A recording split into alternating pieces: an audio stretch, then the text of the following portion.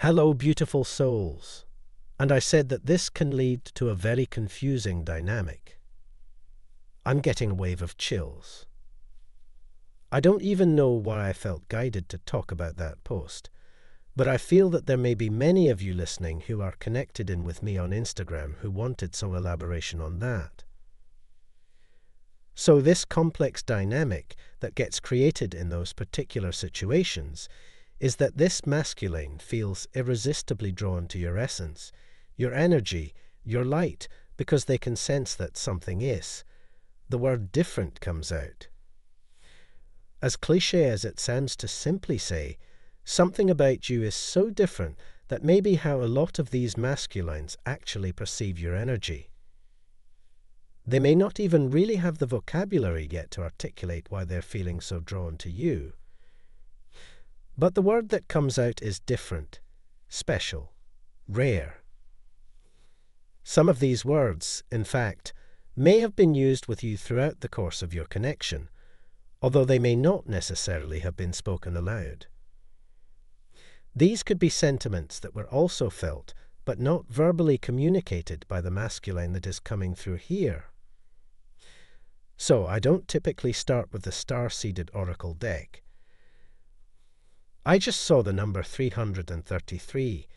That is a very strong number of alignment, particularly when it comes to indicating that there is very strong spiritual presence around you at this time. I keep seeing eyes, like someone looking at you, someone focused on you. And the first cards to come out here are cracked open, rock bottoms, surrender to the alchemy of life. So, the masculine coming through this particular reading is feeling very much as though they are at some kind of rock bottom, either literally in their life or emotionally. However, this experience is also cracking them open. It is essentially a form of ego death, which is a natural stage in the spiritual awakening process, and one that I'm sure you, as a divine feminine listening, are very familiar with. You can sense that the two of you, when you are in your high priestess energy, and if this masculine were to fully embody his emperor energy, you can sense that this would make for a very powerful alliance, a coming together represented by the Ten of Cups. This often becomes most noticeable when we are encountering, for example, a soul connection that is meant to be very influential along our soul path. So sometimes we call this soulmate recognition or twin flame recognition. When we encounter a very intense, pre-designated soul kind of connection in this lifetime as one of these checkpoints, there will be this massive feeling of, I need to pay attention to this because something important is happening here.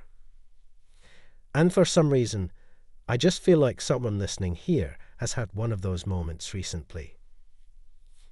Now, of course, only you can know what this means for you.